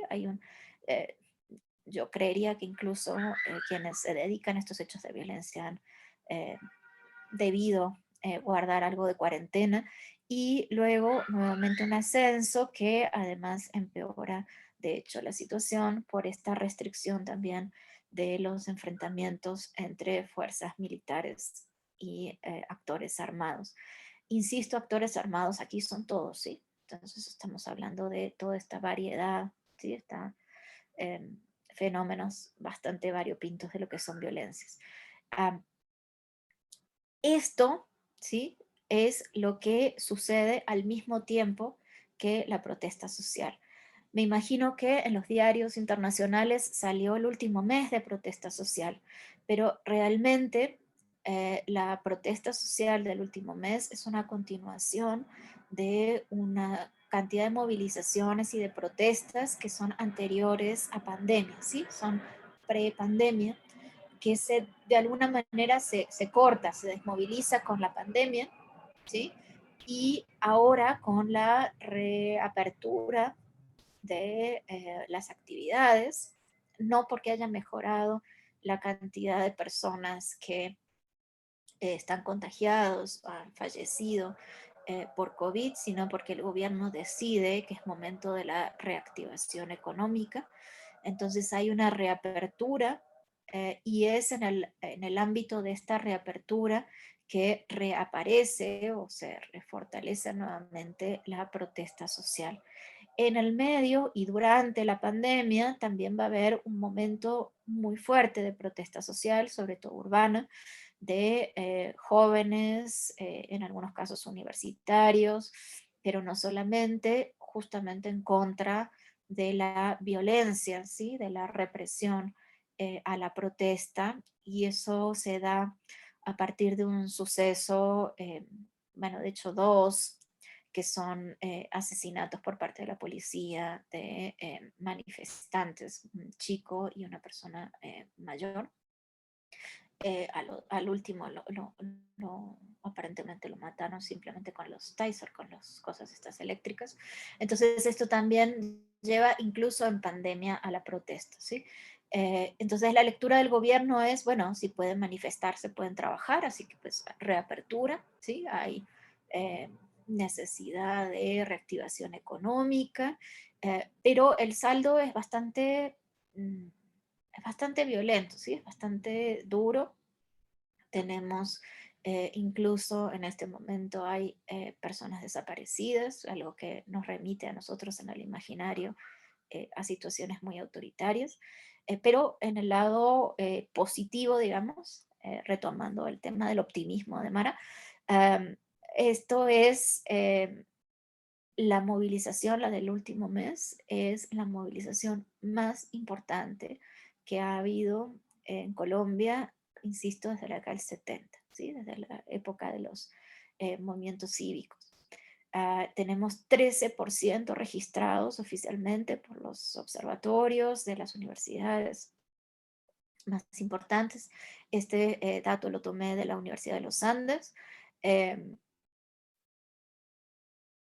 que es histórico, ¿sí? O sea, es 13% de la población total movilizándose en todo el país, es histórico, ¿sí? Es una capacidad de movilización, en muchos casos espontánea, son actores no organizados, lo que hizo muy difícil también la protesta. Me imagino que eso es algo que podrían ustedes preguntarse por qué está aparente fracaso, ¿sí? De la protesta y del comité del paro, de la poca capacidad de negociación del comité del paro, pero gran parte de la explicación está también en algo que podría pensarse en términos positivos, democráticamente hablando, y es la movilización espontánea de sectores no organizados que no están representados en ninguno de los sindicatos, en ninguna de las personas que han encabezado o llamado en primer lugar a la protesta.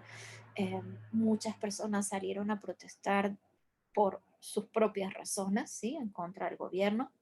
Ayuda, por supuesto, que este es un muy mal gobierno, pero eh, más allá de esto, esta posibilidad de expresarse públicamente, de salir a la calle, de ocupar el espacio público, digamos, a pesar de toda la situación, ¿sí? De confinamiento, de pandemia y demás, de expresar distintas demandas sociales en la calle.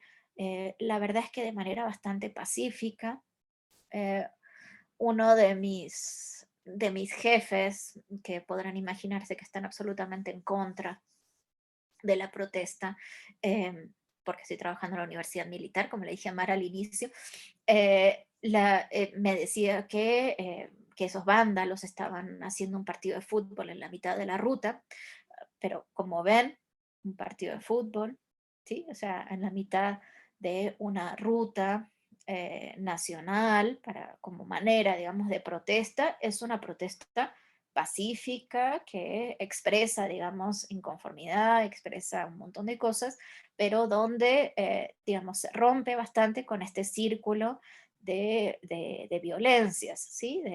De que debe ser expresado a través de otros canales la oposición al Estado o al gobierno.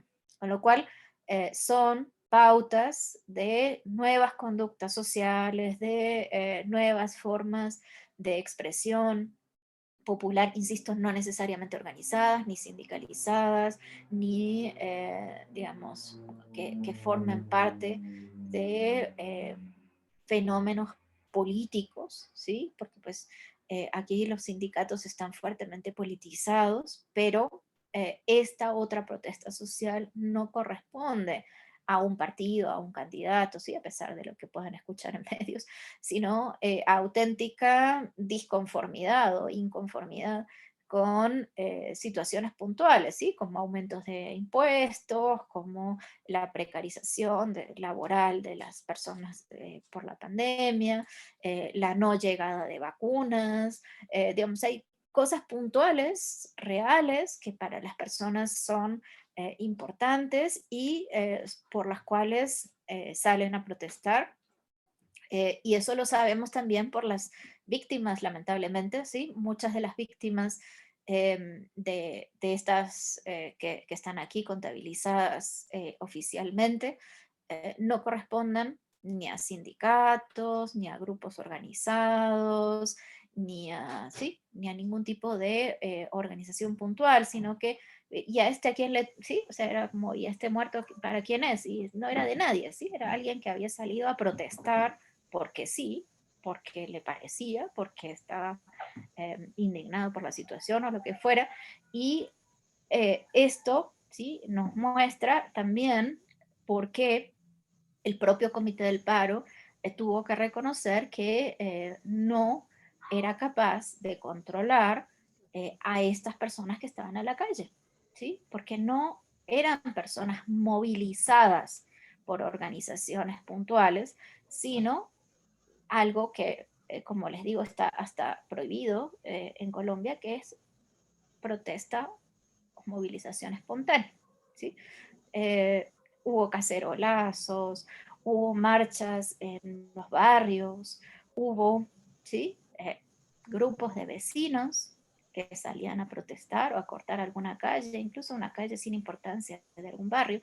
Y esto es realmente histórico y efectivamente yo creo, al igual que mis colegas, que esto es una expresión muy interesante y muy importante de liberalización del espacio público. Me parece que también es algo que puede, si se mantuviera, digamos, crear algo de cultura cívica, ¿sí? De esta hoy día está muy de moda la palabra de empoderamiento, ¿sí? Pero pues de alguna manera es la capacidad de darse cuenta que son ciudadanos que tienen derechos, que pueden de alguna manera protestar, que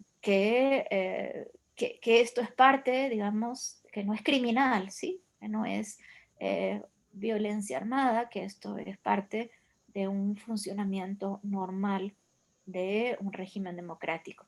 Ahora, si bien hay una parte grande, sobre todo clase media y sectores populares que forman parte de este fenómeno, también hay un sector muy importante de la sociedad que rechaza fuertemente esto y, por supuesto, que pone énfasis en la necesidad de orden, de seguridad, de, de este discurso ya arraigado de criminalización de la protesta y de la ocupación del espacio público, ¿sí? Ana, Bueno, te, llegué entonces a te- a la te parte que interrumpo brevemente porque nos quedan 10 minutos sí, de... sí, yo me parece que me pasé hablando, No, chicos. no, pero, la verdad, súper interesante. Yo no sé si Mercedes o Nuri tienen alguna pregunta, algún comentario que le quieran hacer, porque nos quedan 10 minutos antes de que termine la clase. Me quedaría 3 horas hablando sobre el caso y el análisis de los datos, Ana. La verdad que la Ay, mirada es vale. Bueno, súper... yo les voy a mostrar un dato más, entonces ya que me quedan solo 10 minutos, y es, quiero que miren el cuadrito que está, bueno, a mi derecha, no sé ustedes dónde lo están viendo, que son los resultados de la última elección para Cámara de Representantes. ¿Por qué quiero que lo vean? Porque lo que se ve ahí es efectivamente esta fragmentación de las preferencias electorales de los ciudadanos, ¿sí? A veces los presidencialismos tienden a desdibujar por lo que hay un ganador, ¿sí? Ahí siempre hay un partido que gana. Eh, Vean ustedes que incluso el partido mayoritario es muy minoritario, ¿sí? Alcanza un 20% y de hecho menos en el Senado.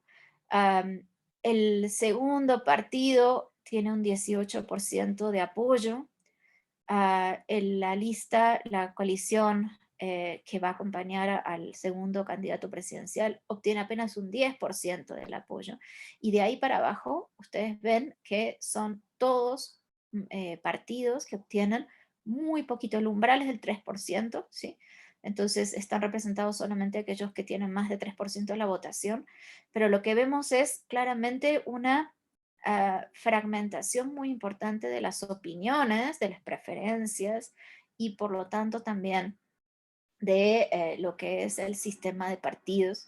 Entonces, este partido que supuestamente es mayoritario, pues realmente, si lo pensamos desde pura lógica politológica, es un 20%, es una minoría muy minoritaria, ¿sí? O sea, el uribismo, que es este partido centrodemocrático, representa alrededor del 15 al 20% cuando le va mejor, ¿sí? Y esto ni siquiera el nacionalsocialismo alcanza el ejecutivo con tan poco apoyo popular, ¿sí?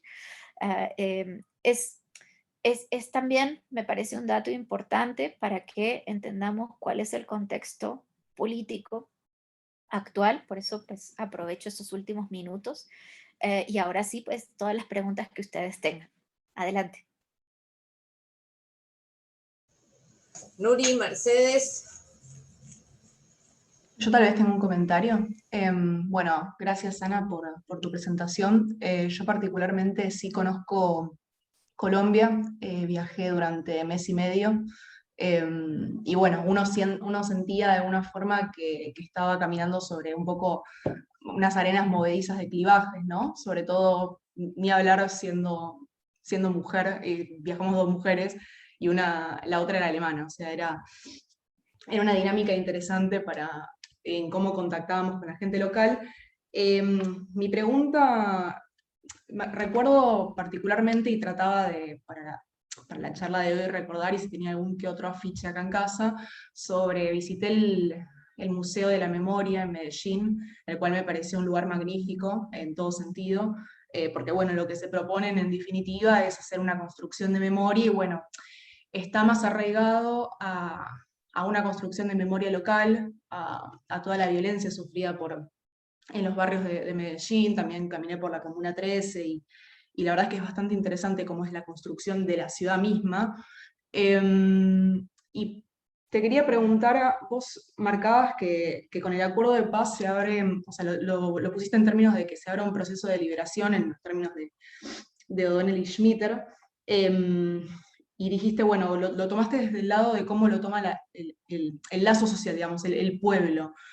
Desde el lado del gobierno, hoy en día representados, digamos, en el uribismo o centro democrático. Vos mencionabas que el centro democrático estaba, digamos, se encuentra totalmente opuesto a avanzar con las negociaciones de paz en su contenido, en su esencia. Eso también se puede ver representado en las posiciones, digamos, en que el gobierno de alguna forma dio tardíamente el brazo a torcer después de todas estas movilizaciones que vimos, después del estallido social de los últimos meses. ¿Vos ves alguna correlación ahí en términos de la posición del partido del Centro Democrático? ¿Ves una continuidad? O por lo menos mi lectura así como muy superficial del tema, porque no estoy en tema, es que habría algo ahí, ¿no? A ver, Mercedes, es excelente que ella está en Colombia porque entonces debes haber entendido muchas de las cosas, referencias ahí que hice en relación con la cultura. Sí, Pero en esto hay que entender también que el Centro Democrático no es un partido, ¿sí? Es Uribe y sus apóstoles casi. Entonces, el presidente Duque, que es el actual presidente que representa al Partido Democrático, no tiene un partido, ¿sí? El hombre tiene que lidiar con una figura muy fuerte, que es Uribe, que es el que desde el Congreso y desde su Twitter, de alguna manera le está bajando línea, ¿sí? Y con una situación de país que es de por sí muy compleja. Yo me imagino que Argentina no es una excepción, ¿sí? O sea, la pandemia y demás es un desafío para todos los gobiernos, pero aún más un gobierno, un presidente y un partido que es minoritario, que no es realmente un partido, que no actúa como bloque, que es extremadamente extremista, ¿sí? Es dentro de lo que sería este universo partidario que les estoy mostrando acá, es el que está más, es más extremista, ¿sí? Es más a la extrema derecha. Con lo cual, incluso sus potenciales socios al interior del Congreso muchas veces se le apartan porque saben que acercarse tiene costo político, ¿sí? Entonces, imagina esta situación en relación con las protestas, ¿sí? Que es lo que me estás preguntando. Propuso una reforma tributaria, que es parte de las victorias, digamos, de la protesta, ¿sí? Una reforma tributaria que aumentaba mucho los impuestos, el costo mayor era para la clase media y baja, porque pues obviamente no puedo tocar a mis pocos aliados, que son las grandes empresas, por un déficit fiscal, ¿sí? O sea, están números en rojo en el Estado. Entonces tengo que sacar plata de alguna parte. Y por supuesto, de donde quiero sacar plata es de la clase media y de la clase baja, ¿sí? IVA, a canasta básica, cosas por el estilo, que por supuesto son impopulares, ¿sí? Entonces, evidentemente esto es uno de los puntos fuertes de la protesta, ¿sí? Pero si esa reforma tiene que pasar por un Congreso, mira, Centro Democrático tiene 20% en el mejor de los casos, ¿sí? Solo. ¿Quién se le pega a esto? ¿Mm? El costo en votos, el costo político, el costo es grande. Pero además en un contexto donde el propio Uribe, al ser tan personalista, él tampoco negocia, él impone, ¿sí? Y donde no puede imponer, pues mando a los militares a desmovilizar, ¿sí? De hecho, no sé si se enteraron, pero fue Uribe el que trajo todo esto de la revolución molecular disipada eh, como teoría, digamos, conspirativa de la protesta, ¿sí? Y por lo cual había que eliminar y desmovilizar a partir de la fuerza. Ahora, ¿dónde es que yo hago la relación con el acuerdo de paz?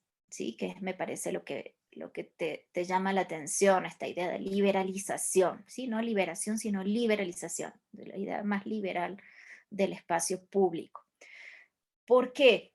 Porque antes de esto, antes del acuerdo de paz, el protestar, el expresarse en el espacio público podía ser, digamos, igualado a un apoyo a la violencia armada de izquierda, ¿sí? Ahora, cuando desarmamos esto, porque la violencia armada de izquierda ya no es ese enemigo imaginario, ¿sí? Es donde es posible pensar que la protesta es protesta, ¿sí? Y no es que estoy apoyando a la guerrilla, ¿sí? En algo que me parece que aporta muchísimo tu intervención y que yo no mencioné, es el aspecto de las víctimas de la violencia. Todos estos museos de la memoria, el de Medellín, el que se está terminando de construir también en Bogotá y en la 26 y demás, también hacen referencia a otra parte del imaginario que, digamos, se visibiliza muchísimo más con el acuerdo de paz, porque existía antes la ley de víctimas, ¿sí? Pero pues esto era realmente una atención específica a una población identificada, ¿sí? Es como traslado de esta idea de focalización neoliberal, pero a víctimas, ¿sí? Mientras que los museos de la memoria, ¿sí? Son realmente un reconocimiento social a que esta violencia genera víctimas y esas víctimas son población civil que queda ahí metida en el fuego cruzado de paramilitares, de guerrillas y todo esto. Y es parte de este reconocimiento propio de que en Colombia, ¿sí? Hay víctimas, existen, ¿sí? Porque antes estaban invisibilizadas, ¿de acuerdo? Es evidente, ¿sí? Es sentido común que donde hay una guerra hay víctimas, ¿de acuerdo? Pero una cosa es esto y otra cosa muy distinta es tener un museo de la memoria donde reconozca esa, digamos, esa parte del conflicto, ¿sí? Y además esa parte tan larga del conflicto, ¿sí? Porque las víctimas son muchísimas, ¿sí? Son millones. No es uno que bueno, que no, son millones a lo largo de muchas décadas. Es que exista esto y que se les enseñe a los niños también a través de la educación que existe todo esto y que exista un movimiento por la memoria. Por supuesto, como pasó en Argentina, los militares intentaron también tener su propia memoria, ¿sí? El tema de los dos demonios, porque pues, por supuesto esto es propio de nuestros militares latinoamericanos, ¿sí? La teoría de los dos demonios. Ah, no, sí, las víctimas civiles, pero los militares. Y los militares que pusimos el cuerpo por la patria y entonces tratan también de hacer su memoria, ¿sí? Pero socialmente hablando, y de hecho es algo que instaura el acuerdo de paz de manera muy fuerte y sobre todo gobiernos Santos, por supuesto que eh, ha pasado todo lo que te puedas imaginar con el cambio de gobierno, ¿sí? Desde que los recursos no aparecen para las cosas que hacen falta hasta eh, todo tipo de sabotajes, digamos, a todas estas iniciativas, pero ya estaban, digamos, instauradas porque cuando ya hay una cierta inercia, digamos, de este proceso, hay cosas que continúan, ¿sí? Y, digamos, el Museo de la Memoria no va a desaparecer porque hay un cambio de gobierno, ¿ves? Pero, evidentemente, lo que sí puedo hacer como gobierno, si soy uribista y soy contrario a esto, es quitarles fondos, buscar que sí, que tengan menos promoción, otro tipo de medidas, digamos, más sutiles Ahora, ¿qué va a pasar con el próximo cambio de gobierno? No lo sé, sí, yo por ahí no tengo la bola de cristal, pero sí hay una inercia, digamos, institucional de todas estas cosas que se inician con el proceso de paz, y a pesar de los cambios políticos y a pesar de quien sea el próximo en asumir la presidencia o tener esta mayoría circunstancial, seguramente todo esto tiene más, eh, digamos, correlatos en las distintas vías, ¿sí? Una puede ser memoria, ver liberalización del espacio público, descriminalización de la protesta y todo ese tipo de cosas. Y pues ojalá, y ahí va la parte, digamos, optimista que me pedía Mara, am, tal vez, ¿sí? Con mucha dificultad, con muchos tropezones y con muchos saldos, tal vez, de personas que deban sacrificar mm, salud o libertad o muchas cosas, pues probablemente se avance, ¿sí? Hacia un contexto un poquito más democrático, ¿sí? Eh, y es en ese sentido que yo hablaba de liberalización, ¿sí? O'Donnell y Schmitter decían que la liberalización del espacio público es un requisito previo a la democratización. Entonces, ¿por qué? Porque justamente hace que haya posibilidad de expresiones ciudadanas en el espacio público, de debate público abierto, de otras cosas que posibilitan luego la democratización. No sé si contesté, Mercedes. Perfecto. Gracias, Ana. Ana, Nuri, ¿vos querés hacer una pregunta, algún comentario? No, más que gracias por la información, la verdad que yo no estaba muy al tanto de la situación en Colombia, así que gracias. Muy bueno. Ana, de mi parte agradecerte. La verdad es que, bueno, ha sido muy interesante la forma en la que encaraste la cuestión de la democracia en Colombia, y confieso que cuando empezaste con una cuasi poliarquía quedé al principio sorprendida, pero luego la verdad es que te agradezco inclusive el debate teórico sobre la categorización de democracias y pseudodemocracias, y esta idea, digamos, de que hasta en la definición más mínima y procedimental, las garantías a las libertades es la condición mínima procedimental, y si eso no existe, bueno, tenemos una debilidad estructural. Así que de mi parte, muchísimas gracias, ha sido un placer. Ojalá nos podamos conocer en persona. Nosotros no nos conocemos en persona, tenemos mucha gente conocida en común, que es la que nos puso en contacto, y a quienes les agradezco que me hayan facilitado poder conocerte e invitarte a este ciclo de clases. Así que de mi parte simplemente agradecerte y no mucho más. Bueno, Mara, pues espero que podamos seguir en contacto porque tenemos muchos intereses en común, temáticos, de investigación. Y te agradezco muchísimo, de verdad, lo dije al inicio, pero es verdad. O sea, yo como llevo tantos años fuera de Argentina, realmente para mí es un gusto volver a acercarme a la facultad y a la UBA, que realmente es mi alma mater. Así que muchísimas gracias por esta oportunidad y pues que estoy pendiente, cualquier cosa que necesiten, pues aquí estoy, ya saben dónde encontrarme. Así que muchísimas gracias y espero vernos, sí, ojalá después de pandemia, me parece que por lo menos los congresos los vamos a volver a hacer presenciales. No sé, no sabemos todavía. Esperemos que sí. Esperemos que sí. Ana, muchísimas gracias, te mando un beso muy grande y cuídate. Gracias igualmente. Chau, chau. Chao, Ana.